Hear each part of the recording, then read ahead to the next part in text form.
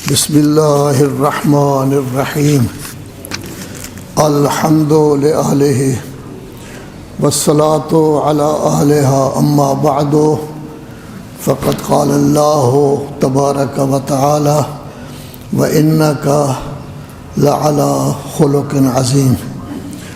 رسول اعظم صلی اللہ علیہ وآلہ وسلم پوری کائنات کو اخلاق اعلیٰ درجے کا سکھانے کے لیے تشریف لائے تھے۔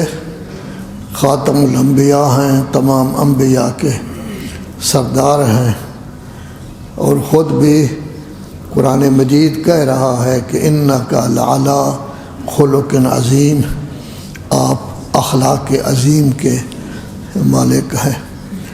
اخلاق یعنی انسان بن کر زندگی بسر کرے، دوسرے انسان کو انسان سمجھے، ہر انسان کی عزت کرے، تکریم کے ساتھ پیش آئے، اس طرح پیش آئے کہ لگے کہ یہ اس کی عزت کر رہا ہے۔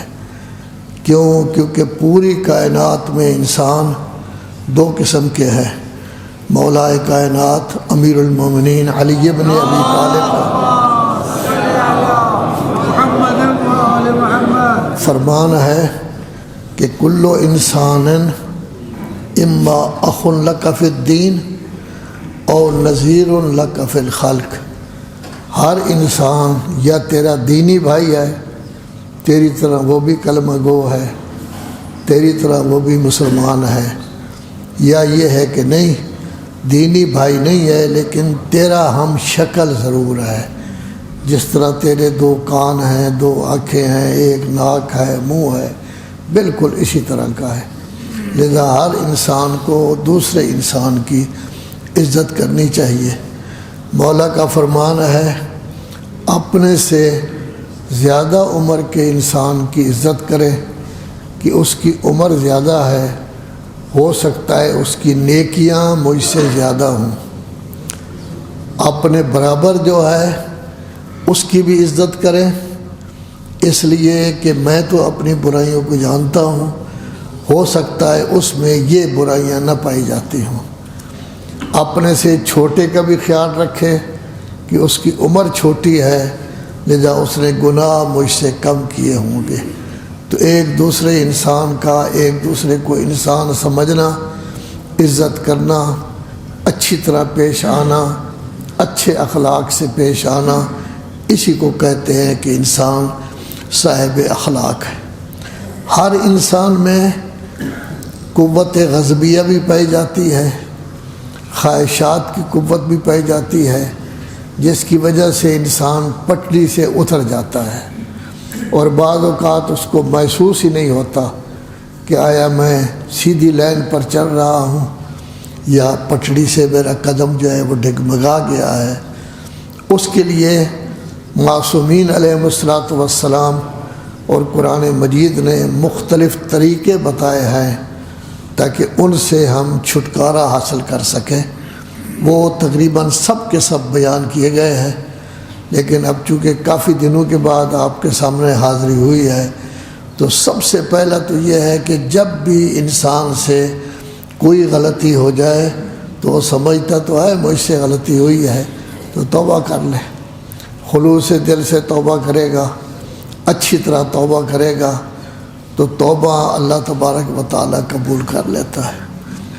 دوسرا یہ ہے کہ اپنے اوپر کوئی قدغن لگائے کہ اگر مجھ سے یہ غلطی ہوئی تو میں مثلاً اپنے دوستوں کو کھانا کھلاؤں گا، غلطی ہوئی اتنے رکعت نماز پڑھوں گا، غلطی ہوئی اتنے روزے رکھوں گا، تاکہ انسان ان اخلاقیات کی وجہ سے غلطیوں سے بچا رہے۔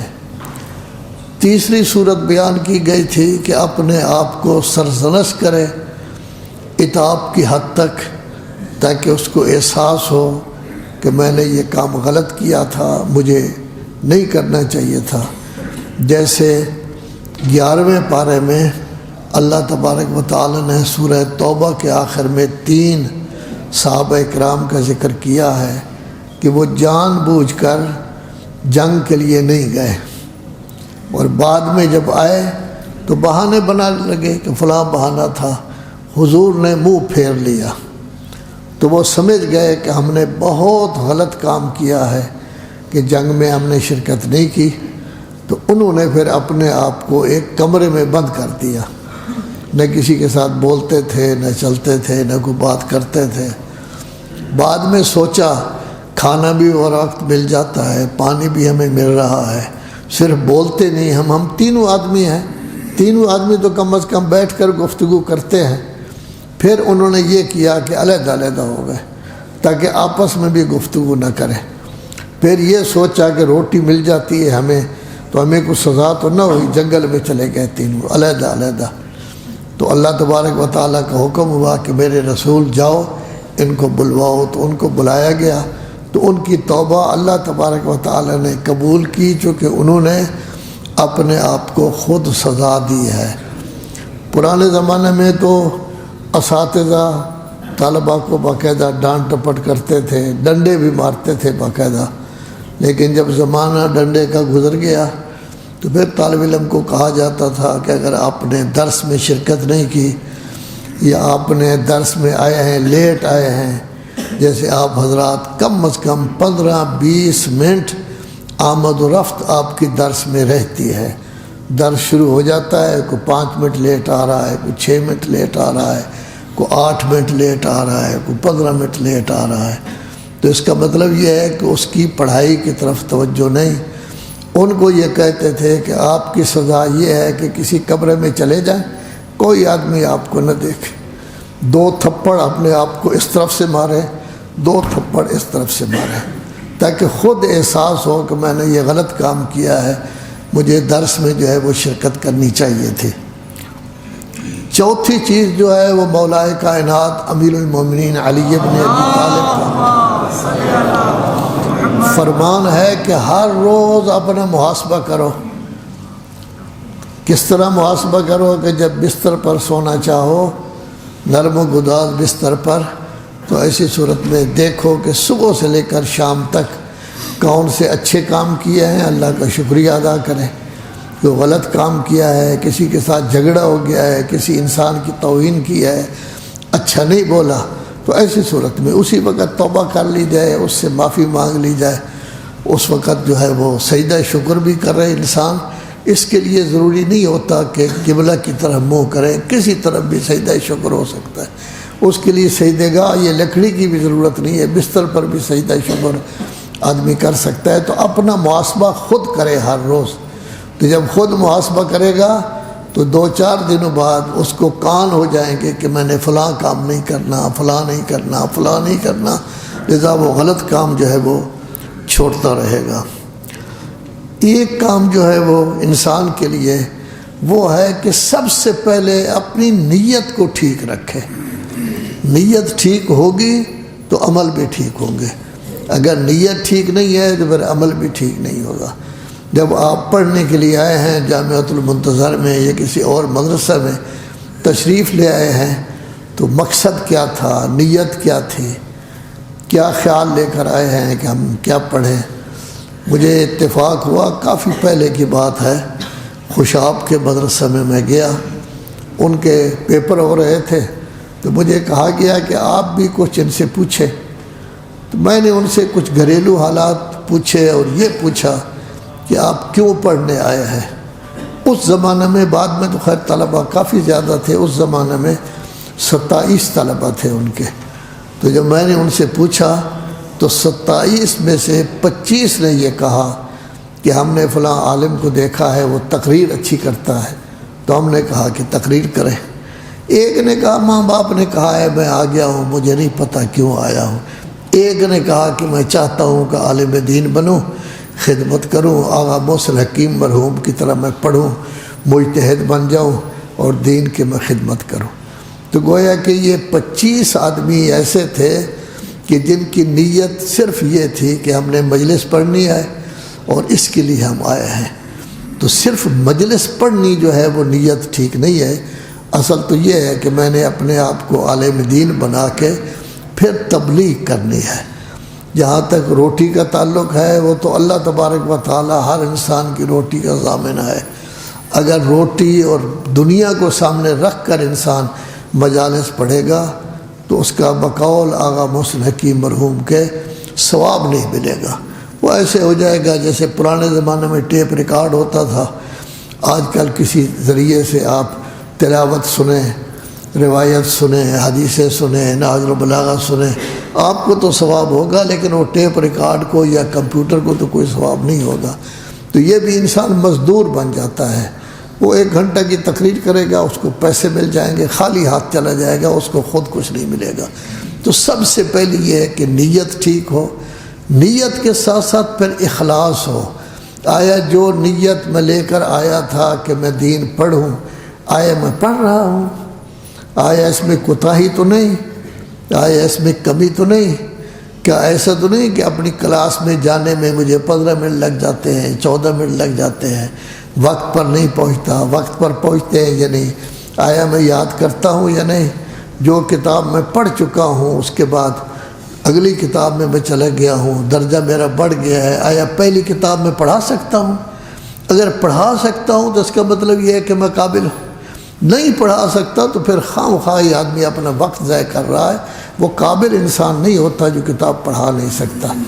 اگر آپ ہدایہ پڑھ رہے ہیں تو آیا نحمیر پڑھا سکتے ہیں آپ؟ مبادی پڑھ رہے ہیں، کیا ہدایہ پڑھا سکتے ہیں آپ یا نہیں؟ اگر کوئی انسان پڑھاتا ہے تو وہ سمجھے کہ میری یہ قابلیت ہے کہ میں ہدایہ پڑھ چکا ہوں اس لیے پڑھا رہا ہوں، تو ظاہر ہے کہ قابلیت میری ہدایہ تک ہے۔ اگر لمحہ پڑھتا ہوں میں تو آیا مبادی، شرائع، تبصرہ پڑھا سکتا ہوں یا نہیں؟ اگر پڑھا سکتا ہوں تو قابلیت ہے، اگر نہیں پڑھا سکتا تو پھر قابلیت نہیں ہے۔ تو ضرورت یہ ہے کہ انسان جو کچھ پڑھے اس کو اگلے انسان تک پہنچا سکے۔ اگر پہنچا سکے تو سمجھے کہ میں قابل ہوں، کل میں کام کر سکتا ہوں، کافی ترقی کر سکتا ہوں، بہت بڑا عالم میں بن سکتا ہوں، خدمت دین میں کر سکتا ہوں۔ لیکن اگر صرف پڑھنا ہی پڑھنا ہے، پڑھنا نہ اس کو لکھا ہے، نہ اس کو بند کیا ہے کتاب میں، نہ کسی کاپی میں لکھا ہے، کچھ نہیں، ارسطو بن کر پڑھ لیا ہے، وقتی طور پر امتحان دے دیا ہے، ایسا آدمی کبھی زیادہ ترقی نہیں کر سکتا۔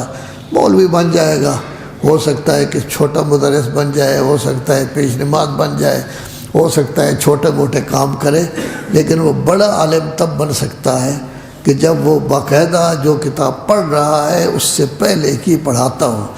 آیت اللہ حافظ بشیر حسین وہ پاکستانی ہے، ہم جتنے پاکستانی اس میں سید غیر سید کا بھی فرق نہیں، سب کو عرب بھی نیچ قوم سمجھتے ہیں، ایرانی بھی نیچ قوم سمجھتے ہیں۔ پاکستانی، انڈین، افغانی، سری لنکا، انڈونیشیا، وہ کہتے ہیں یہ سب نیچ قومیں ہیں، ہم سب سے بڑی قوم ہیں۔ عرب کہتے ہیں اصل قوم ہم ہیں، اور ایرانی کہتے ہیں کہ اصل انسان ہی ہم ہیں، باقی تو ہمارے جیسے نہیں ہیں، وہ ہمارے تابعی ہیں۔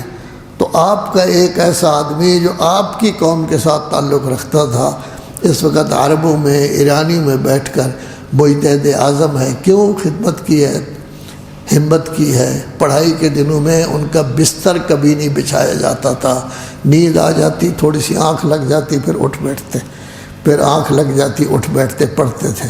مولانا صفدر حسین صاحب قبلہ فرمایا کرتے تھے بیکارہ پاگل نہ ہو جانا، اتنا زیادہ پڑھتے ہو۔